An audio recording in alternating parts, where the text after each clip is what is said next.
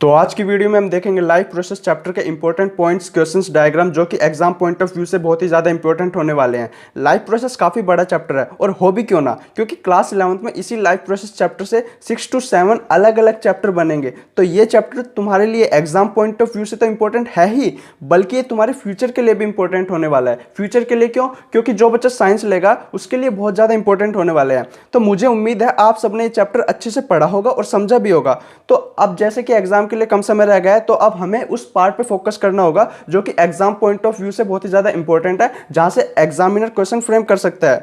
और ये सब मैं इसलिए जानता हूं क्योंकि मैंने क्लास 11th में पढ़े हैं, अलग अलग चैप्टर है ना, तो मैंने सभी चैप्टर को अलग अलग पढ़ा है और उनके अलग अलग क्वेश्चंस भी लगाए। तो मैं अपने एक्सपीरियंस से ये बता सकता हूं कि एग्जामिनर कहां से क्वेश्चन फ्रेम कर सकता है।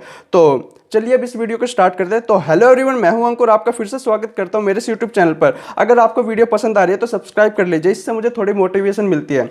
तो हम बढ़ते हैं अपने चैप्टर की तरफ। अब जैसा कि आप सब जानते हैं ये चैप्टर बहुत ही ज़्यादा बड़ा है। इसमें इजेशन, रेस्पिरेशन, न्यूट्रिशन, ट्रांसपोर्ट, मतलब अलग अलग चैप्टर हैं। क्लास 11th के अलग अलग चैप्टर हैं। तो ये हो सकता है थोड़ी सी वीडियो लंबी हो जाए, पर वीडियो को आखिर तक देखना, ये तुम्हारे लिए बहुत ही ज़्यादा इंपॉर्टेंट होने वाली है। तो और जो भी चीज़ें मैं बताऊँगा ना, उसको अपनी बुक में निशान लगा लेना और या फिर एक अलग से नोटबुक पे लिख लेना। और जो जो टॉपिक मैं निकाल के बताऊँगा ना, ये इंपॉर्टेंट है, उसको एक बार है ना पढ़ लेना एक बार बुक से, जहाँ पे भी तुमने अपने नोट्स लिखोगे वहाँ से एक बार पढ़ लेना।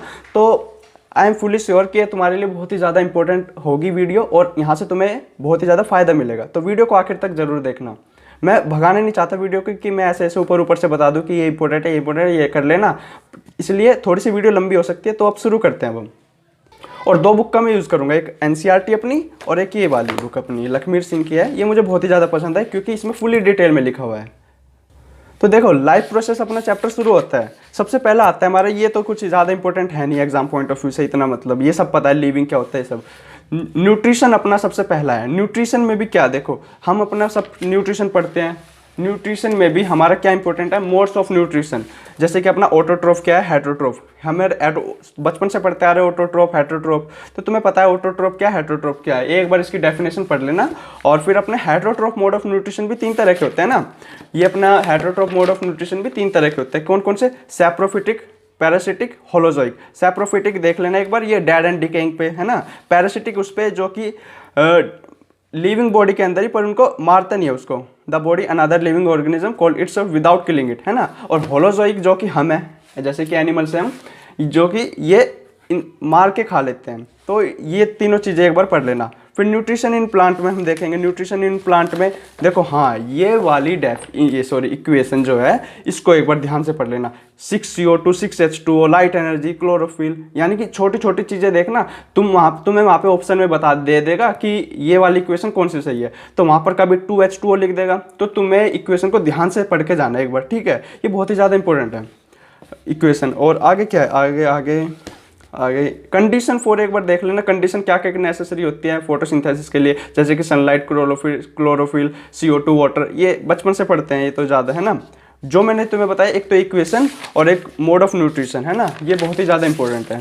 और आगे देखते हैं, आगे क्या, ये अपना एक्सपेरिमेंट इतना खास है नहीं, ज़रूरी है ना। रॉ मटेरियल क्या क्या है ये तो पता है, CO2, वाटर, अभी ऊपर पीछे भी देखा। How plant obtain CO2। फिर अपना क्या है, how the plant obtain water for photosynthesis. अपना रूट हेयर से है ना। ऐसे सिंपल सा क्वेश्चन आ सकता है कि कहाँ से किस वजह कहाँ से वाटर ऑब्टेन करता है, तो मिट्टी से करता है ना। और साइट ऑफ फोटोसिंथेसिस याद रखना इंपॉर्टेंट है, क्लोरोप्लास्ट। साइट ऑफ फोटोसिंथेसिस कहाँ पर है, क्लोरोप्लास्ट, ठीक है। ये अपना ये हो गया प्लांट। तो एक बार एनसीईआरटी भी देख लेते हैं हम। एनसीईआरटी में देखो, एनसीईआरटी के जितने भी ब्लू वाले क्वेश्चन है ना, ये एक बार पढ़ लेना। जो भी तुमने मैडम ने तुम्हारे लिखवाया होगा, मैडम ने, सर ने, तो एक बार ये क्वेश्चंस देख लेना एक बार, ठीक है। ये क्योंकि यहाँ से बिल्कुल एक डिट्टो क्वेश्चन उठ सकते हैं, ऑप्शन दे देगा तुम्हें। तो देखो, न्यूट्रिशन अपना शुरू होता है, ऑटोट्रोफिक अपना पढ़ लोगे तुम, है ना। और अब ये इक्वेशन बहुत इंपॉर्टेंट है, मैंने तुम्हें वहाँ पे भी बताया, यहाँ पे भी बता रहा हूँ, ये बहुत ही ज़्यादा इंपॉर्टेंट है।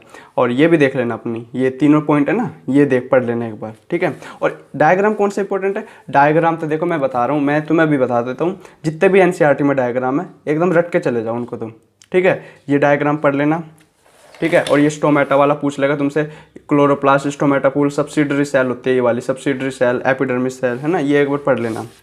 और ये लाइन पढ़ लेना एक बार एनसीईआरटी से, क्योंकि यहीं से आ सकता है क्वेश्चन उठ के। और फिर आगे क्या है, अपना हेटरोट्रोफिक तुम्हें मैंने बता दिया, ये पढ़ लेना, हेटरोट्रोफिक। और फिर अपना nutrition in human being, human being में क्या न्यूट्रिशन होते हैं इसकी वजह से अब ये देखेंगे हम। देखो अब एनिमल का देखते हैं हम। देखो सबसे पहले तो अपने ये देखो हर्बीवोर, ये मतलब इतना इंपॉर्टेंट नहीं क्योंकि बचपन से पढ़ते हैं, सबको ही पता होता है हर्बीवोर, कार्निवोर, ओमनिवोर ये क्या होते हैं ना। ये तो यहाँ से पूछेगा भी नहीं एग्जामिनर, इतने ईजी थोड़ी पूछेगा। तो देखो न्यूट्रिशन इन एनिमल में भी कुछ प्रोसेस होते हैं, स्टेप होते हैं। जैसे सबसे पहले इंजेशन, हम खाना खाएंगे, फिर वो डाइजेशन होगा, पचेगा खाना, फिर वो एब्जॉर्ब होगा, है ना, मतलब जो हमने खाना खाया उसके जो न्यूट्रिशन पोषक तत्व है वो सारे एब्जॉर्ब होंगे। फिर एसिमिलेशन, उस यानी कि उससे जो है हमारी एनर्जी बनेगी जिससे कि हमारी बॉडी ग्रोथ हो सके या फिर रिपेयर हो सके जैसे, ठीक है, ये इंपॉर्टेंट हो गया, ये तो स्टेप है। और फिर हाँ न्यूट्रिशन इन अमीबा, ये एनसीईआरटी में एक छोटे से मतलब उसमें साइड में लिख दिया है, बट यहाँ से आ सकता है, वो सीधा पूछ लेगा तुमसे अमीबा में मोड ऑफ न्यूट्रिशन क्या होता है। देखो ध्यान से देख लो इसको, मोड ऑफ न्यूट्रिशन होता है होलोजोइक मोड ऑफ न्यूट्रिशन होता है। The process of obtaining food by amoeba is called phagocytosis. Phago मतलब होता है खाना, साइटोसिस मतलब सेल फीडिंग, यानी कि सेल से खाना, सेल फीडिंग। और ये अपने स्यूडोपोडिया ये क्या होता है, यूनिसेलुलर होता है, यानी कि ये खाता भी वहीं से है और निकालता भी वहीं से है। तो इंजेक्शन यानी कि हाँ, सबसे पहले इंजेक्शन अपने स्यूडोपोडिया, स्यूडो मतलब झूठा, पैर, पोडिया, है ना, वो अपने यूनिसेल है ना, एक ही सिंगल सेल है, तो अपना उसी से खाता है उसी से निकालता है। तो देखिए डाइजेशन होगा, फिर एब्जॉर्प्शन होगा, एसिमिलेशन, ये तो स्टेप तो सब में सिमिलर होते हैं, इजेशन हो गया, ठीक है। न्यूट्रिशन इन कॉम्प्लेक्स मल्टीसेलुलर, जैसे कि हम न्यूट्रिशन इन ह्यूमन बींग, देखो ये वाला ह्यूमन बींग का जो हमारे बारे में वो ज़्यादा पूछ सकता है, तो ह्यूमन बींग का डाइजेस्टिव सिस्टम हमें अच्छे से पढ़ना है। देखो सबसे पहले इंजेक्शन होगा, डाइजेशन होगा, है ना।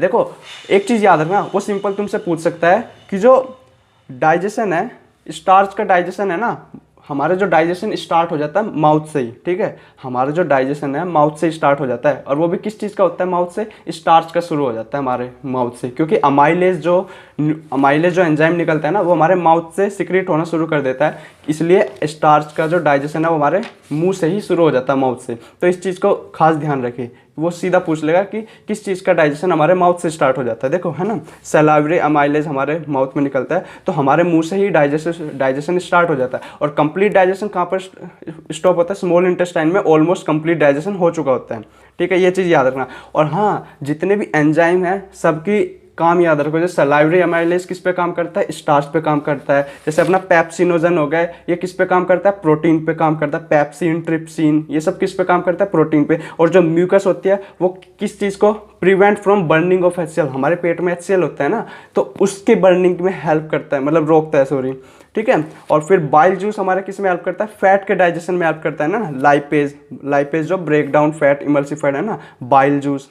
ये सब एक बार अच्छे से पढ़ लेना, एनसीईआरटी में एक छोटा सा पैराग्राफ दिया हुआ है, उसको देख लेना एक बार तुम, ठीक है, क्योंकि एंजाइम के जो फंक्शन है वो पूछ लेगा। और एक है ना पाथ भी याद रखना तुम, जैसे कि हमारा जो पाथ कहाँ से शुरू होता है, हमारे माउथ से शुरू होता है, माउथ, फिर हमारा एलिमेंट्री कैनाल पूरी तुम्हें याद होनी चाहिए, स्टमक, ये इंटेस्टाइन, लार्ज इंटेस्टाइन, है ना, स्मॉल इंटेस्टाइन के पार्ट तो वैसे तुम्हारे इसमें दिए नहीं हुए, जैसे ड्यूडेनम, जेजुनम, है ना, ये सब नहीं दियो, चलो कोई बात नहीं, पर इसका जो पाथ है ना पूरा याद रखना। जैसे माउथ, फिर अपनी टंग, ये सब ईसोफेगस से शुरू होता है, वो स्टमक में जाता है, स्टमक से फिर जाता है अपना ये स्मॉल इंटेस्टाइन में, स्मॉल इंटेस्टाइन से लार्ज इंटेस्टाइन में, फिर एनस रेक्टम, है ना, ये सब पाथ एक बार देख लेना।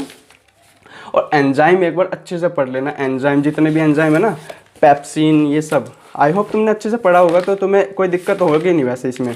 एंजाइम कहाँ पर है, जैसे कि अपना बाइल का एक बार फंक्शन पढ़ लेना, जो ब्लू लाइन से जितनी भी लाइन लिख रही है ना ब्लू से, एक बार ये देख लेना। ट्रिप्सिन अपना प्रोटीन पे काम करता है ना, ट्रिप्सिन, पेप्सिनोजन, ये सब, ये वाला देखो मैं जो पैराग्राफ बोल रहा था ना, ये पैराग्राफ मैं बोल रहा था, तुम्हें एक बार इसको देख लेना अच्छे से, ठीक है। एंजाइम, पेप्सिन, अपना HCl, ठीक है, ये देख लेना, बस इसमें इतना ही देखना है। ये जरूर पढ़ लेना कि स्टमक में किसका डाइजेशन शुरू होता है, माउथ में किसका शुरू हो जाता है, प्रोटीन का डाइजेशन कहाँ पे शुरू हो जाता है ना, ये सब देख लेना अच्छे से, एक बार पढ़ लेना। फिर अपना नेक्स्ट टॉपिक शुरू होता है इसमें, रेस्पिरेशन, अलग ही चैप्टर है इसका भी, प्लांट रेस्पिरेशन, ह्यूमन रेस्पिरेशन, अलग अलग चीज़ें पढ़ते हैं हम इसको क्लास 11th में, पर इसमें एक में दिया हुआ है तो कोई बात नहीं, है ना। ये वाले देखो, ये अपना ये जो है ना, ये अच्छे से पढ़ लेना कि एरोबिक रेस्पिरेशन, देखो ऑक्सीजन मिल जाती है तो एरोबिक हो गया, ऑक्सीजन नहीं मिली तो एनारोबिक हो गया, तो ग्लूकोज का डाइजेशन, ग्लूकोज देखो। और ये चीज़ ये एकदम ध्यान रख लेना, ग्लूकोज का मतलब जो ग्लूकोज टूटता है 6 मॉलिक्यूल पाइरूवेट में टूटता है ना, 3 कार्बन, ये अपनी ग्लाइकोलिसिस की साइकिल होती है, इन साइटोप्लाज्म में होती है ना। और डार्क ऑफ ऑक्सीजन इनकी absence of oxygen anaerobic respiration हो गया, लैक्टिक एसिड और एनर्जी बनाता है ना। और absence of oxygen in east में इथेनॉल और CO2 और एनर्जी बनती है, थोड़ी सी एनर्जी बनती है, एनर्जी इतनी ज़्यादा नहीं होती, एरोबिक के कंपेयर में बहुत ही कम एनर्जी बनती है। Presence of oxygen in mitochondria है ना, बचपन से पढ़ते रहे पावर हाउस ऑफ सेल, तो जहाँ पर जब ऑक्सीजन मिल जाएगा तो एरोबिक रेस्पिरेशन हो जाएगा, तो अपना CO2 वाटर और लॉट्स ऑफ एनर्जी बहुत सारी एनर्जी मिलती है। और हमारी जो करेंसी है ना ATP बोलते हैं उसको, जो जैसे हमारी रुपी करेंसी अलग अलग, हमारी बॉडी की जो एनर्जी की करेंसी है ना, हमारी एनर्जी, उसको ATP बोलते हैं, एडिनोसाइन ट्राइफॉस्फेट। तो ये चीज़ देख लेना। और ये ADP में एक फॉस्फेट मिल जाता है, एडिनोसाइन डाइफॉस्फेट बोलते हैं इसको, और ये ATP बना देता है। ठीक है, ये भी एक बार देख लेना, ये इंपॉर्टेंट है ये वाला, एरोबिक एनारोबिक, तो पढ़ लेना इसको एक बार। प्लांट में किसकी वजह से रेस्पिरेशन होती है, लेंटी सेल कहाँ पर काम करती है, अपने वुड वाले हिस्से में काम करती है। तो जितने भी इंपॉर्टेंट क्वेश्चन है ना एक बार ये लगा लेना। और ये कहाँ से मिलेंगे तुम्हें, मैं ना अपनी वीडियो मैंने बनाई है इससे पहले, वो मैं अभी तुम्हें लिंक भी डिस्क्रिप्शन में दे दूंगा और यहाँ पे दिखा भी दूंगा, तो एक बार वहाँ से क्वेश्चन ज़रूर लगा लेना, क्योंकि तुम्हारे एग्जाम में फुल स्कोर करने वाले हो अगर तुमने मेरी बात मान ली। ठीक है, ये अपना हो गया रेस्पिरेशन। और अपना ह्यूमन रेस्पिरेशन यानी कि अपना माउथ से शुरू होता है, अपना माउथ कह रहा है, ये नेसल पैसेज से शुरू होता है, अपना लास्ट में कहाँ पर जाता है, एल्वियोलाई है ना। एल्वियोलाई क्यों, सरफेस एरिया बहुत ज़्यादा इंक्रीज कर देती है, बहुत सारे बलून लाइक स्ट्रक्चर होते हैं ना, थिन। और फिर अपना आता है अगला ट्रांसपोर्टेशन का। देखो ये जितने भी क्वेश्चन है ये पढ़ लेना। देखो मैं इसमें से बताऊँ तुम्हें important, what are the different ways in which glucose. हाँ देखो ये वाला क्वेश्चन नंबर 2 और क्वेश्चन नंबर 4 पढ़ लेना एक बार, बहुत ज़्यादा इंपॉर्टेंट। अगर चारों भी ना देखो ना, 2 और 4 जरूर देख लेना। फिर अपना आता है अगला ट्रांसपोर्टेशन का हिस्सा। ट्रांसपोर्ट इन ह्यूमन बीइंग में ट्रांसपोर्ट कैसे होता है, जैसे ट्रांसपोर्ट का मतलब क्या है, जैसे ब्लड का ट्रांसपोर्ट वगैरह हो गया। और हाँ ये देखो अपना हार्ट, ये हार्ट सिंपल पूछ लेगा तुमसे, वो हार्ट जो है कितने उसमें अपने मतलब जैसे रूम होते हैं, जैसे अपने ये 4 होते हैं ना, 4 चैम्बर हार्ट होता है हमारा, ये चीज़ देख लेना। और डबल सर्कुलेटरी सिस्टम होता है हमारा, डबल सर्कुलेटरी सिस्टम। और देखो मैं तुम्हें हार्ट का मैं तुम्हें सिंपल सा एक मैंने बना के रखा है रफली डायग्राम, अगर तुम्हें समझ नहीं आता है तो मैं एक डेडिकेटेड वीडियो बना दूंगा, बहुत ही आसान है ये रहा अपना इधर तो अब इस वाले हिस्से में अपना ऑक्सीजनेटेड ब्लड बहता है, और राइट वाले हिस्से में अपना deoxygenated, right atrium left atrium, right ventricle left ventricle. देखो यहाँ से अपना लेफ्ट वाले हिस्से में oxygenated blood, left atrium left ventricle से ओर्टा से होता हुआ ऑक्सीजनेटेड ब्लड, ये ब्लू से मैंने ऑक्सीजनेटेड ब्लड को दर्शाया हुआ है, और रेड से अपना डीऑक्सीजनेटेड। ये बॉडी पार्ट्स में जाता है, बॉडी पार्ट से फिर खून गंदा हो जाएगा, फिर गंदा खून यानी कि डीऑक्सीजनेटेड हो जाएगा। फिर ये वेना कावा से होते हुए राइट एट्रियम राइट वेंट्रिकल, फिर आर्टरी से होता हुआ पल्मोनरी आर्टरी से होता हुआ लंग्स के पास जाता है, जहाँ पर ये ऑक्सीजनेटेड ब्लड बन जाता है, प्योरीफाई हो जाता है। ऑक्सीजनेटेड ब्लड वापस से फिर अपना लेफ्ट, इसमें है ना एक तुम्हें साइकिल से बना लेना है ना, देखा कैसे जा रहा है, ऐसे करके ऐसे, तो ये ध्यान से देख लेना। अगर तुम्हें नहीं समझ आता तो कमेंट करके बता देना, मैं इसके ऊपर एक डेडिकेटेड वीडियो बना दूंगा अच्छे से और समझा के। ये तो अभी मैंने फटाफट कर दिया, ठीक है। तो ये अपना पढ़ लेना। ये हार्ट वाला जो मैंने तुम्हें अभी बताया ना, सिर्फ इतना ही जान लोगे ना तुम, कौन सा ब्लड कहाँ से निकल रहा है, कौन सी आर्टरी में कौन सा ब्लड जा रहा है, तो बस इतना ही काफ़ी है। वो जो मैंने पीछे दिखाया ना, उसको एक बार ध्यान से बना लेना तुम। फिर अपना आता है ट्रांसपोर्ट इन प्लांट में, ट्रांसपोर्ट इन प्लांट्स में है ना, ये ट्रांसपोर्ट ऑफ वाटर कैसे होता है, रूट से जाता है ना, ये सब एक बार पढ़ लेना। प्लांट में ट्रांसपोर्टेशन कैसे होती है, जैसे कि अपना जाइलम फ्लोएम से अपने जाते हैं ना, ट्रांसपोर्ट होते हैं अपने सब्सटेंस, एनर्जी कम चाहिए होती है ट्रांसपोर्टेशन के लिए ज़्यादातर। यहाँ पर है ना अपना सिंपल डिफ्यूजन से ही अपना सारा काम हो जाता है, एनर्जी नहीं लगती। अब ये तुम्हें क्या, मैं मतलब जिसने अच्छे से पढ़ा होगा ना उसको मैं सब कुछ समझ आ रहा होगा मैं बोल के आ रहा हूँ, तुम्हारा ये जाइलम फ्लोएम। जिसने नहीं पढ़ा होगा, अब ऐसे तो है नहीं कि 9 मिनट की या जितने भी मिनट की वीडियो बनेगी 10-15 मिनट की, इसी में तुम पक्के हो जाओगे, तो ठीक है। अपना ये हाँ ये क्वेश्चन देख लेना, how food is transport in plant, ये देख लेना। How water and mineral transport in plant, simple पूछेगा वाटर एंड मिनरल किससे ट्रांसपोर्ट होते हैं, अपने जाइलम से फ्लोएम से है ना, सिंपल याद रखना जाइलम से। What are the component of जितने भी ब्लू के क्वेश्चन है ना, ये तो एक बार तुम देख ही लेना एक बार, ठीक है। जहाँ पे भी तुम्हारी मैम ने लिखवाए होंगे ना, मैम ने सर ने, वो एक बार देख लेना। एक्सक्रीशन पे आते हैं हम, अपना एक्सक्रीशन कैसे होगा, जो हमने खाया, हमने एनर्जी ली, और उसका एक्सक्रीट भी तो करना पड़ेगा ना। जो भी अपना हमारा जो बॉडी है वो डाइजेस्ट नहीं कर पाती ना, वो हमारे लिए हार्मफुल है, वो एक्सक्रीट होगा। अब एक्सक्रीशन कहीं से भी हो सकता है, अपना जो भी मतलब किसी के लिए फ़ायदा हो सकता है उसके लिए खाने के लिए, और किसी के लिए एक्सक्रीटरी हो सकता है वो। तो ये अपना excretory in human being, excretion in human. देखो एक्सक्रीशन इन ह्यूमन बींग, अपना किडनी का फंक्शन सारे याद रखना है ना, किडनी के फंक्शन सारे याद रखना। और जितने भी ब्लू से मैंने ये किए हुए ना, ये एक बार अच्छे से तुम भी टिक कर लेना और पढ़ लेना इसको एक बार। अगर कोई भी तुम्हें टॉपिक समझ नहीं आता ना, मान लो छोटा सा भी कोई टॉपिक है, तो मुझे एक बार पक्का ध्यान याद से बताना, मैं डेडिकेटेड वीडियोस पे बना दूंगा। ये अपना ये पढ़ लेना। और हाँ, डायलिसिस का काम क्या होता है, हेम डायलिसिस आ सकता है ऐसे भी क्वेश्चन, तो ये भी पढ़ लेना एक बार। और ये अपने आ गए एक्सक्रीशन इन प्लांट, तो तुम्हें पता ही है CO2 क्या है, क्या क्या एक्सक्रीट करता है प्लांट, तो बचपन से पढ़ते आ रहे हैं। ये तीनों पढ़ लेना एक बार। नेफ्रॉन का क्या फंक्शन है, न्यूट्रिशन इन प्लांट। और हाँ ये चारों क्वेश्चन एक बार ध्यान से देख लेना, क्योंकि MCQ आ रहे हैं, तो और MCQ बुक में दिए हुए हैं, तो ये बहुत ज़्यादा इंपॉर्टेंट है ना, NCERT ही पूछेगा वो तुमसे। तो ये जितने भी चारों क्वेश्चन है MCQ, ये एक बार ध्यान से पढ़ लेना, है ना। देखो ये मैंने तुम्हें बताया भी था, the break down of pyruvate to give CO2 water and energy takes place in, है ना। पायरुवेट का CO2 वाटर एनर्जी कहाँ बन रही थी, अपनी माइटोकॉन्ड्रिया में, पावर हाउस ऑफ सेल, है ना, एरो। तो NCERT के जितने भी इन टेक्स्ट और अपने एक्सरसाइज के क्वेश्चन है, ये तो तुम एक बार पढ़ ही लेना। और जो जो इंपॉर्टेंट था वो मैं तुम्हें बता चुका हूँ, कि जैसे कि अपना हार्ट इंपॉर्टेंट हो गया था, है ना। ये सब चीज़ एक बार ध्यान से, जो जो चीज़ मैंने बताई ना, उनको एक बार कॉपी में नोट कर लेना और इसको फिर से एक बार पढ़ना।